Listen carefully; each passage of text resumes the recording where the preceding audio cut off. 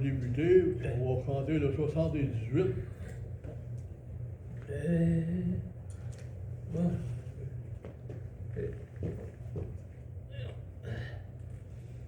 Hey. Capote.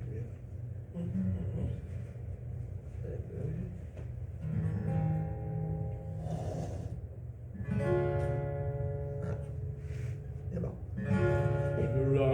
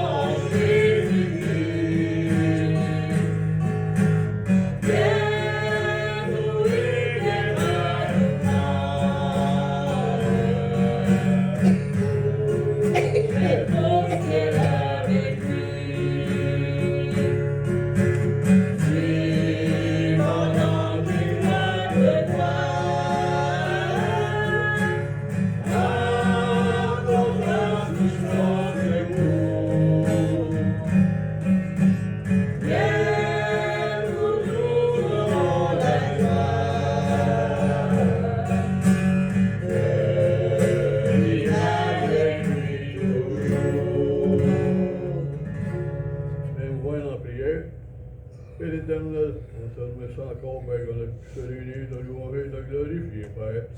Je demande, Père, mets ta main puissante, Père, sur tous ceux qui sont malades, pour les relever, qui peuvent revenir, Père. Je demande, Père, pour passer un message, de lui donner les mots, les versets, les exemples, et tout ce qu'il a besoin d'édifier, Père. Je demande, Père, pour ceux qui manquent à la paix ce matin, Père, de les bénir, de les protéger, qu'ils soient ici au prochain culte, Père.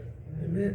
Je vous demande, Père, je vous remercie, Père, de toujours nous garder dans ta main, Père. Amen. Exaucer les requêtes qui sont déposées à vos pieds sur votre sainte volonté, Père. Je te demande, Père, de nous ouvrir des portes, qu'on puisse témoigner ta parole. Les gens peuvent accepter ton Fils comme leur sauveur, Père. Je vous demande, Père, pardon pour les nombreux faux, nombreux manquements qu'on fait contre toi chaque jour, Père. En suivant notre nom de Jésus, la plus grande gloire. Amen. Amen. Il y a quelqu'un qui aurait un mot. Les requêtes doivent être priées, c'est par la main droite. C'est pour oublier tous ceux qui sont malades. Que Dieu peut les guérir, qu'ils puissent revenir le plus vite possible. Amen. Pas oublier notre frère Marcel aussi, pour sa santé, et notre soeur Christiane. Dieu vous bénisse. Bien, on va chanter le 184.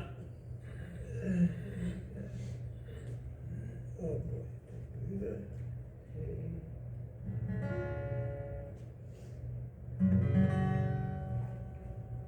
Something about it.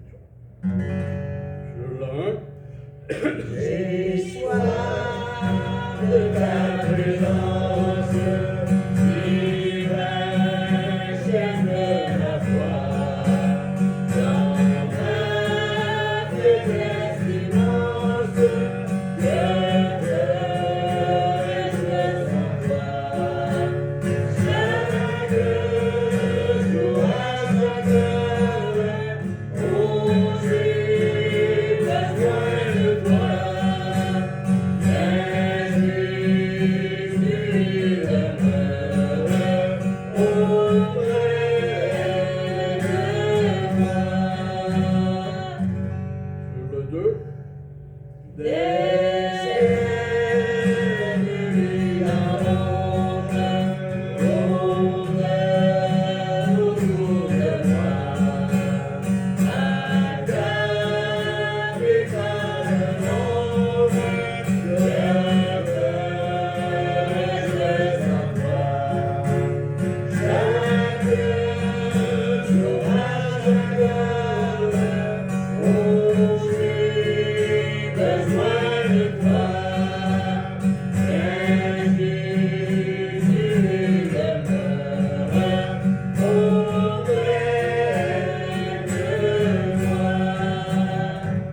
Sur le 4. Oh Jésus, ta présence est la vie, la paix dans la souffrance et la vie éternelle. Chaque jour à chaque heure, oh, j'ai besoin de toi. Jésus, demeure auprès de moi.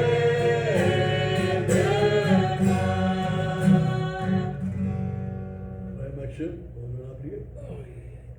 Moi aussi, je te demanderais de donner les mots à grand-père pour le message. Ouais. Je te demanderais de mettre ta main puissante et guérissante sur mamie puis sur Mme Carole aussi. Amen.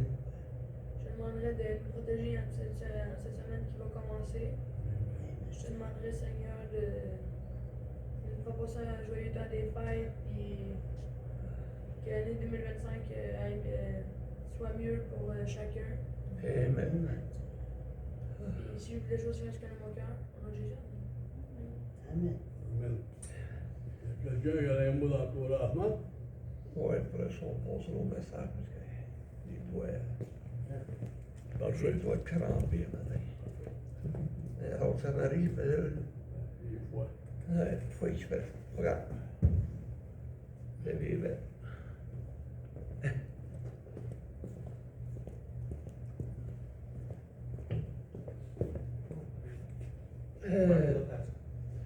Jean 3,16, car Dieu a tant aimé le monde Ouais. qu'il a donné son Fils unique afin quiconque croit ne périsse point, mais qu'il ait la vie éternelle. Un merci spécial au Seigneur Jésus de s'être offert lui-même.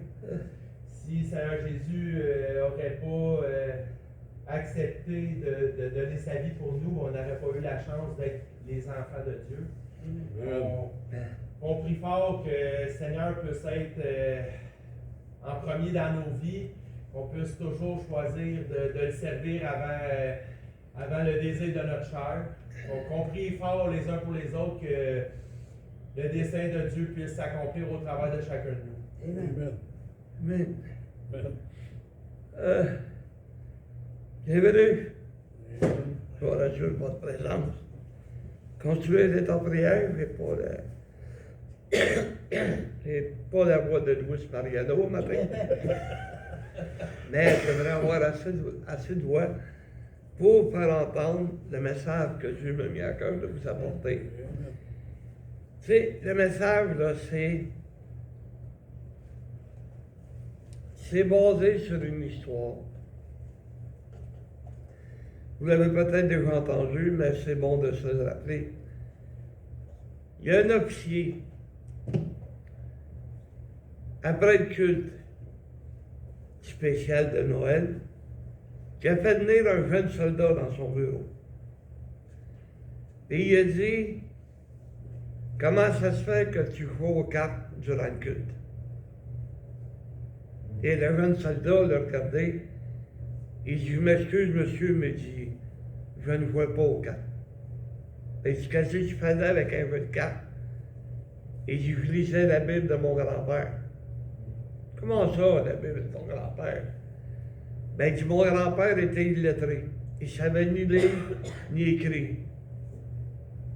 Et pour lui, ce jeu de cartes était sa Bible. Puis il la connaissait autant que n'importe qui savait lire et écrire. Et il dit, c'était la Bible. Sa Bible, c'était ce qu'il y avait de plus important dans sa vie. Mais il dit, explique-moi, là, je ne comprends pas. Ben, tu regardais bien. Il a tiré l'os. Et dit, mon grand-père, là, ce qu'il m'a enseigné, là, c'est que l'os, c'est la carte la plus forte. L'os est unique, comme notre Dieu. Notre Dieu qui est la puissance même. C'est lui qui a créé le ciel, la terre, tout ce qui s'y trouve. C'est lui qui nous guide, c'est lui qui nous aide chaque jour. Mais il dit, dans le jeu de cartes, tu n'es pas plus fort qu'un os. Mais il dit, mon Dieu, il n'est pas plus fort que lui. C'est le plus puissant.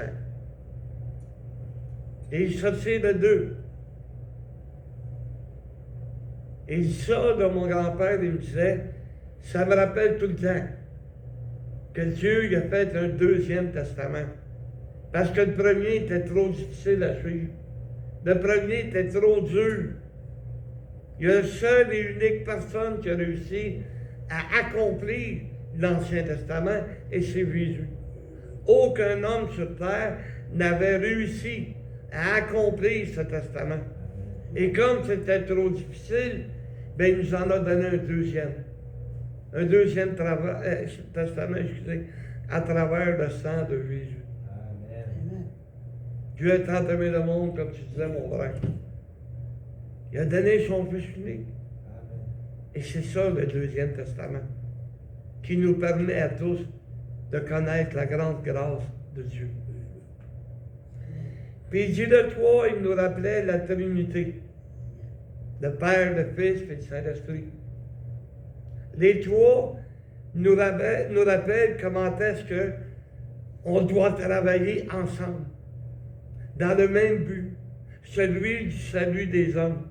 Comme le Père, le Fils et le Saint-Esprit ont toujours travaillé ensemble. Alors, les trois sont importants. Comme nous, l'Église, tout est important. Chacun, du plus petit au plus grand, peut être une bénédiction pour les autres. Ensuite, il disait le 4, excusez-moi, le 4, là, grand-père disait que ça me rappelle les évangiles.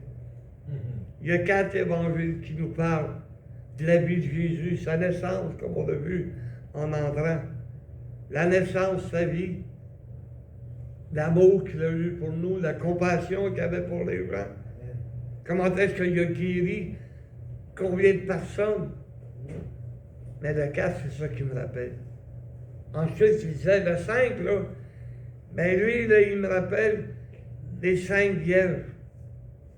Il y en a eu 5 qui étaient sages et qui ont pris de l'huile en abondance pour aller vers l'époux. Mais il y en a 5 folles. Eux autres, ben, ils s'en foutaient. La vie était belle, il n'y avait pas de problème. Mais à un moment donné, ils se sont endormis. Un peu comme l'apôtre Paul nous dit, lorsque la mort vient, c'est comme si on dormait, en attendant que le grand réveil. Et quand ils sont réveillés, les 5 vierges sages avaient de l'huile en abondance. Alors ils ont rempli 2 lampes et ils sont allés vers l'époux. Les folles ont dit, ben, donnez-nous un peu de votre huile. Ils ont dit non, on n'aura pas assez si on vous en donne. Et ils ont entré dans la salle de noces. Les folles ont été en arrière, ils ont été chercher de l'huile. Ils avaient oublié de l'huile. Alors, quand ils sont arrivés à la porte, ils ont cogné. Et le maître de la maison a dit, je vous ai jamais connu.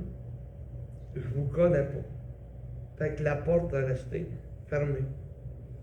Tu sais, c'est un peu pour nous rappeler à nous, hey, soyez éveillés. Et si jamais la mort vient, que vous dormez, mais vous allez être prêts. Arrangez-vous pour avoir de l'huile en abondance, pour aller vers l'époux, vers le Seigneur Jésus.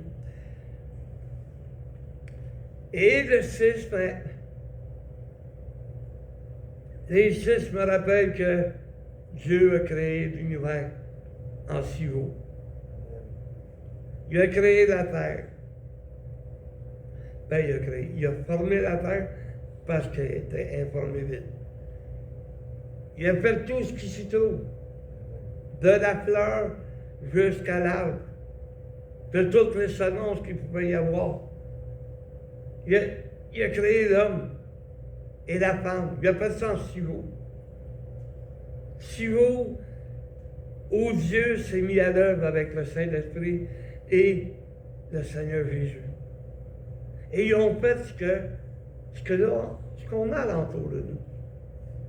Vous savez, beaucoup de gens sont pognés entre les gratte-ciels puis ils ne se rendent pas compte. Mais embarque dans une chaloupe et va-t'en sur un lac. Regarde autour de toi. La beauté qu'il peut y avoir. La puissance de Dieu qui se voit à l'œil nu. Prends celui qui va à la chasse. Tu sais, il est là pendant des heures et des heures à attendre qu'il y ait un gibier. Mais il a le temps d'observer la nature de Dieu. Il a le temps de voir comment c'est beau. Tu sais, là, c'est comme si la mort était venue. Il y a de la neige. Mais quand tu te promènes l'été et que tu vois le blé d'Inde, les chèvres de blé, tu sais, tu vois tout ça pousser. Quand tu dis qu'au printemps, il n'y avait rien, rien. Mais que là, tu vois la puissance de Dieu. Il a fait ça en 6 jours. Imagine. Puis le 7e, ben, c'est normal. Dieu se reposa le 7e jour. Comme nous, un jour. Le 7e, le jour de repos, le vrai jour de repos va venir. Où est-ce qu'on va être enlevé? Où est-ce qu'on va être dans le repos de Dieu? On va se reposer des œuvres qu'on aura faites. Ben, si tu es assis sur ton steak et tu fais rien, tu ne te reposeras pas.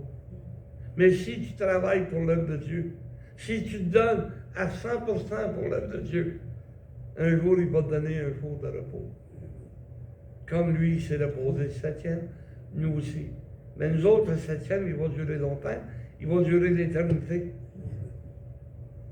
Pas rien qu'une journée, l'éternité. C'est l'apôtre Paul qui dit que... Non, c'est pas l'apôtre Paul, c'est dans le livre d'Hébreux. Excusez, puis on ne sait pas qui c'est qui l'a écrit. Un jour est comme 1000 ans. Fait que même, toi, notre journée à nous, là, peut-être qu'on va se couper à soir dépendant, on dit à notre âge, d'autres c'est 10h, 11h, d'autres c'est minuit, d'autres qui jouent au Nintendo, ça va être 2h, 3h du matin. Ben non, je vise pas les jeunes. C'est une blague. Ben, pense à part. Et c'est une journée. Mais imagine-toi, là, si c'était 1000 ans. 1000 années. C'est rien qu'une journée. Tu regardes l'heure. Ah! Eh bien, il est moins 10h moins 20. Ça fait déjà 400 ans qu'on est debout. C'est ça pareil. L'équivalent d'une journée, c'est 1000 ans. Ça fait 400 heures qu'on est debout. Peut-être se fatiguer aussi.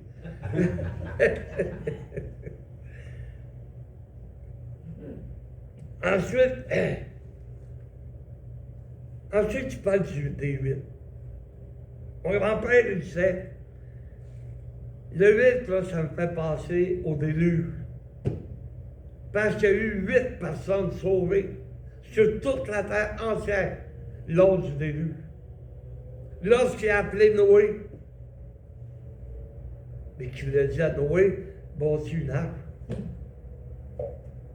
Et Noé l'a fait. Noé a cru. Et Noé s'est mis au travail. Puis, Dieu lui a dit, tu as 120 ans devant toi. 120 années. Fait que ça veut dire que quand Dieu lui a donné une dimension, il a dû le regarder au ciel et dire, ah! Ben oui, je te donne 120 ans, là. Pas le temps de niaiser. Hein? T'as pas le temps de niaiser, mon Noé.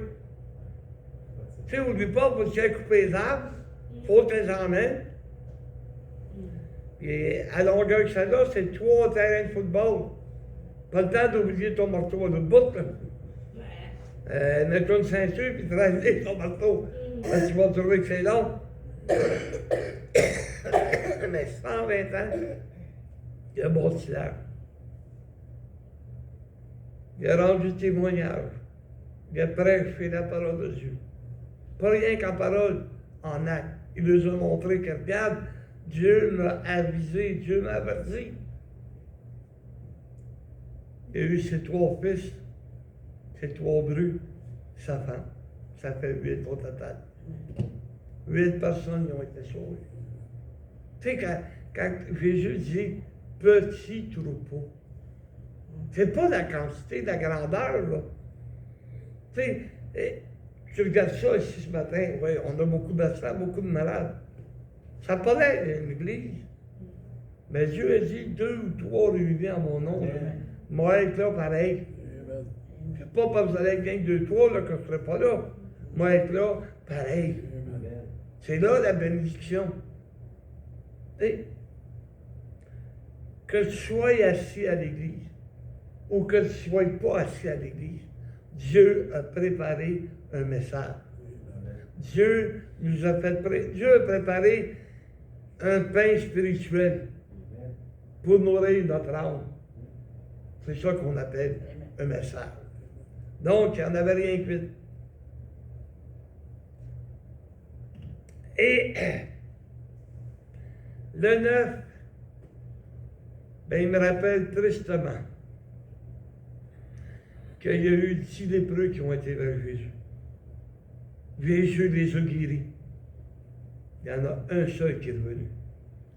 9 autres qui n'ont pas tenu grâce, qui n'ont pas reconnu la grâce de Dieu.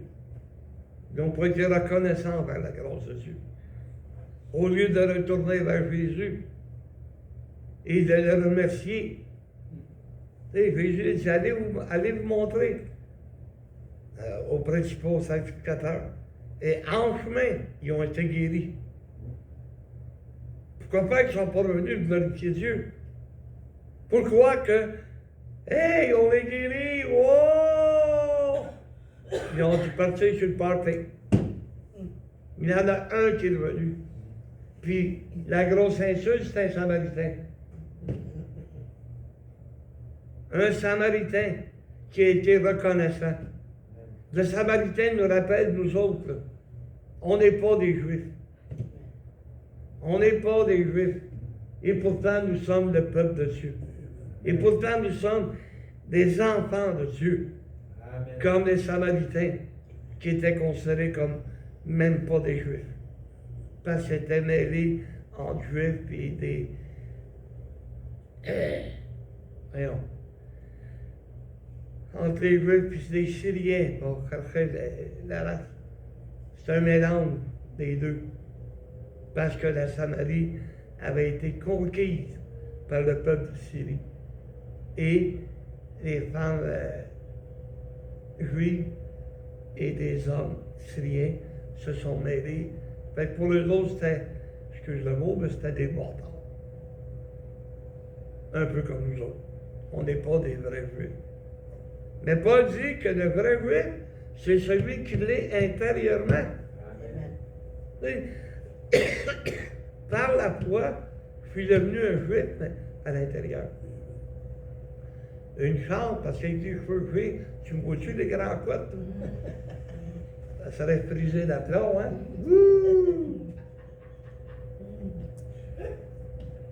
Ben, il y en a pas qui serait bon. La calotte, par exemple, ça serait bon aujourd'hui. Vous ferez le fait.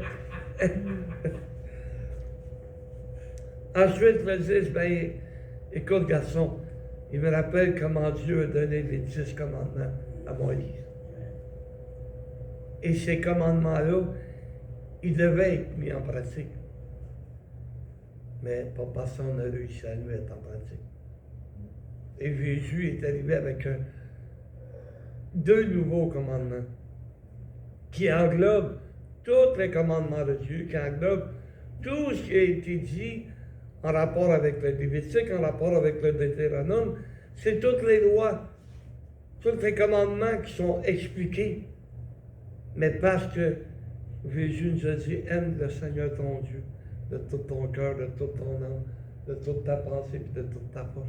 Puis aime ton prochain comme toi-même. De ces deux commandements dépendent toute la loi.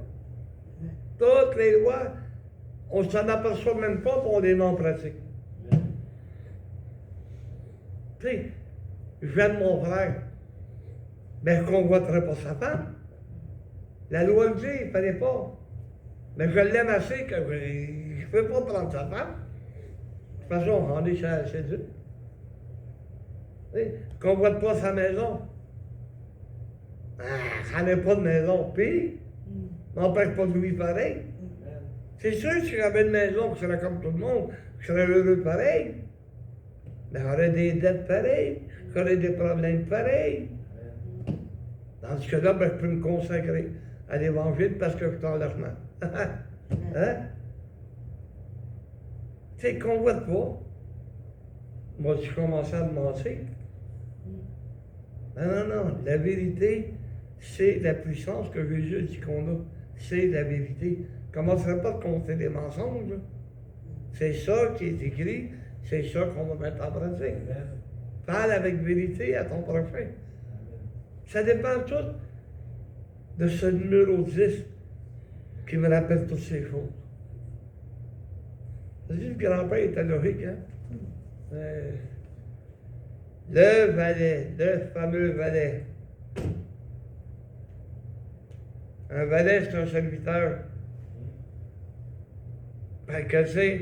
Que tu veux ou non, on est des serviteurs de Dieu. Amen. Nous devons être au service de Dieu. Amen. Pas juste quand ça me tente, comme on va le voir plus loin. Au service de Dieu.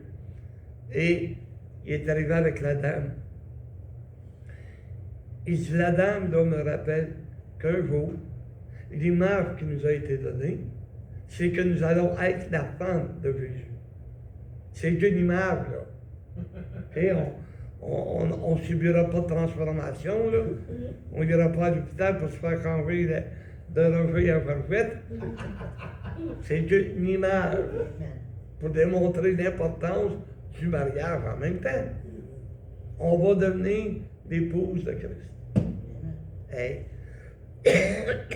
Pour ça qu'on est invité aux noces.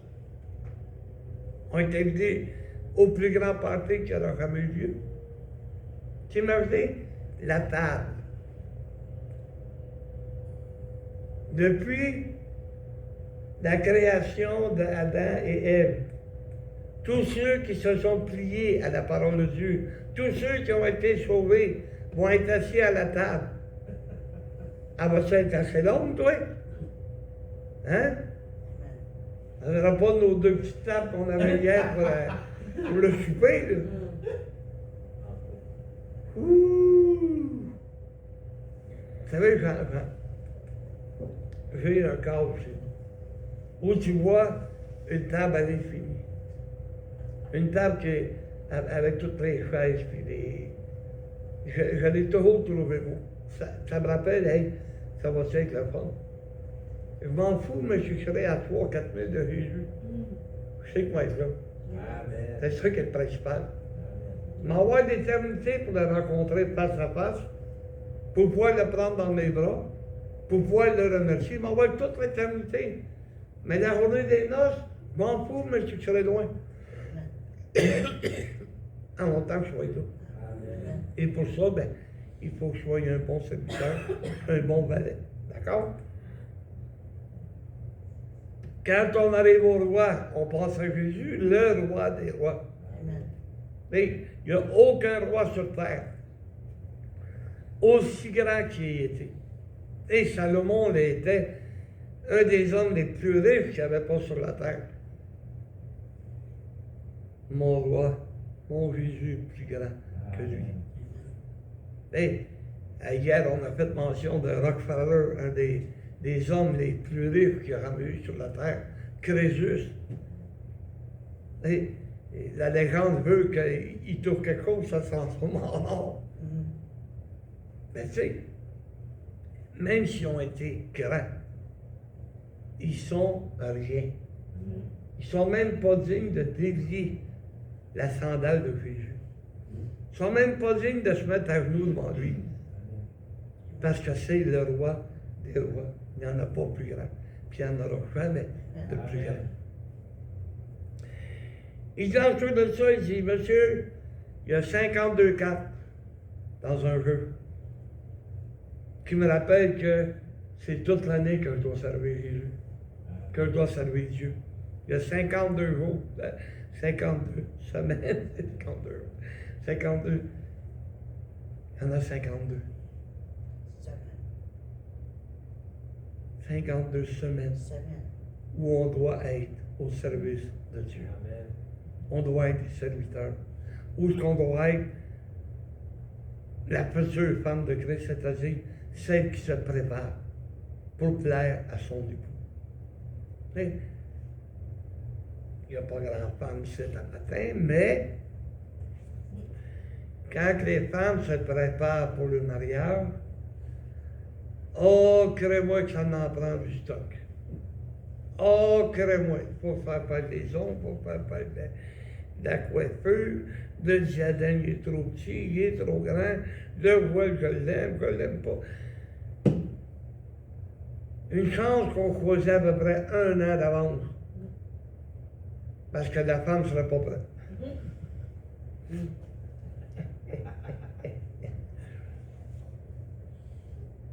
Puis je dis, monsieur, il y a 4 couleurs. Il y a 4 couleurs qui me rappellent les 4 saisons. Les 4 saisons, c'est-à-dire que c'est à l'année que tu dois servir Dieu. Pas juste quand ça te tente. Pas juste quand tu as le goût. Parce que c'était juste quand on a le goût. Oh boy! Il n'y aurait pas grand-chose qui se ferait. Mais on a 4 saisons pour le faire à l'année longue. Puis ensuite, il dit que le cœur, OK? Le cœur me rappelle comment est-ce qu'on doit aimer vous les uns les autres. Comment est-ce qu'on doit aimer? C'est ça que le cœur me rappelle. Il dit ensuite, il dit le pic. Il dit, mon grand-père, il disait que ça avait la forme d'une feuille. Hein? Le trèfle. Après ça, considéré comme étant le trèfle étant considéré comme l'emblème de la chance. Ben, tu sais, nous autres, notre chance, c'est que nous avons été bénis et que nous sommes bénis. C'est un peu comme le pic. Ça me rappelle que je dois porter du fruit. C'est comme une feuille. Je dois porter du fruit pour Dieu. Et ça, c'est pas juste quand ça me tente. Ensuite, tu parles du coraux. Ben, le coraux me rappelle qu'il y a les 4 coins du monde. Que Dieu nous a dit, que Jésus nous a dit, allez, faites de toutes les nations. Il faut faire les 4 coins du monde. Il faut qu'on aille partout.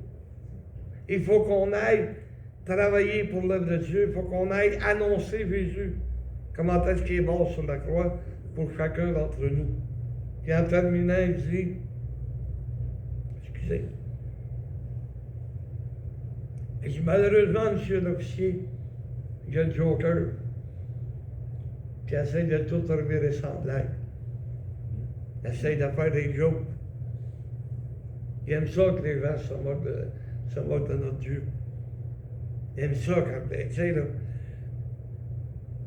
les gens se moquent de Dieu. On a beau leur parler, puis ne sont pas intéressés. Puis il y en a d'autres, regarde, la plupart des humoristes, au moins le seul humoriste qui n'a pas parlé contre Jésus. Ils savent même des choses supposées simples. Tu sais, la joke ne pogne pas, il lâche un temps ou un corps, puis le monde se met à rire. Il n'y a pas de quoi rire. Ils veillent tout en face. Malheureusement. Mais le jeune officier, il a dit à l'officier, je suis désolé.